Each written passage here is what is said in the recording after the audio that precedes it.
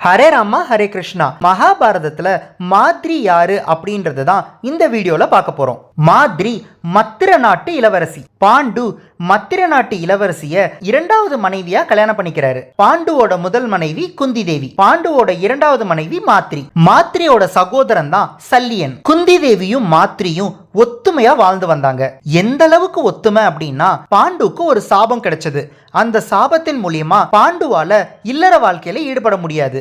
அப்படி இருக்கும்போது ஹஸ்தினாபுரத்துக்கு வாரிசு வேணும், ஆனா வாரிசு பிறக்கிறதுக்கு வாய்ப்பில்லை அப்படின்றதுனால பாண்டு ரொம்பவே வருத்தமா இருந்தாரு.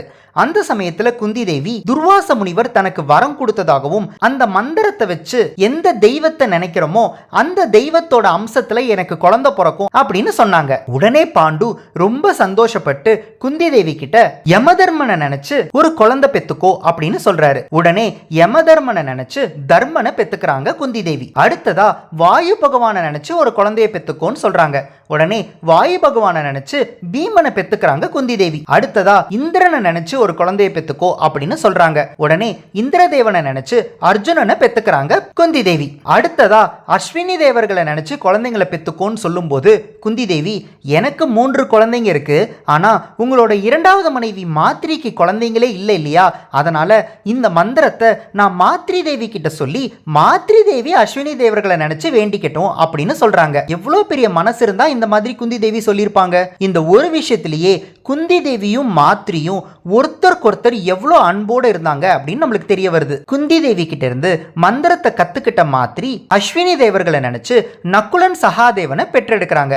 5 குழந்தைங்களோட பாண்டுவும் குந்தி தேவியும் மாத்ரியும் காட்டுல சந்தோஷமா வாழ்ந்துட்டு இருக்கும்போது ஒரு நாள் பாண்டு மாத்ரிய பார்த்து காம வயப்படுறாரு. தன்னோட உணர்ச்சிகளை கட்டுப்படுத்தாம மாத்ரியோட தாம்பத்தியத்துல ஈடுபடுறாரு. ரிஷியோட சாபம் பழிச்சது. பாண்டு அந்த நொடியிலேயே உயிரை விடுறாரு. மாத்ரி தன்னாலதான் தன்னோட கணவரால உணர்ச்சியை கட்டுப்படுத்த முடியாம அந்த சாபம் நிறைவேற மாதிரி ஆயிடுச்சு, இதுக்கப்புறம் நான் உயிரோட இருக்க மாட்டேன் அப்படின்னு நக்குலன் சகாதேவனை குந்தி தேவி கிட்ட ஒப்படைச்சிட்டு தன்னோட உயிரை மாச்சிக்கிறாங்க மாத்ரி. இன்னும் நீங்க மாத்ரி தேவியை பத்தி நிறைய தெரிஞ்சுக்கணும் அப்படின்னா கண்டிப்பா இந்த வீடியோ டிஸ்கிரிப்ஷன் இருக்கிற லிங்கை பார்க்க மறந்துடாதீங்க.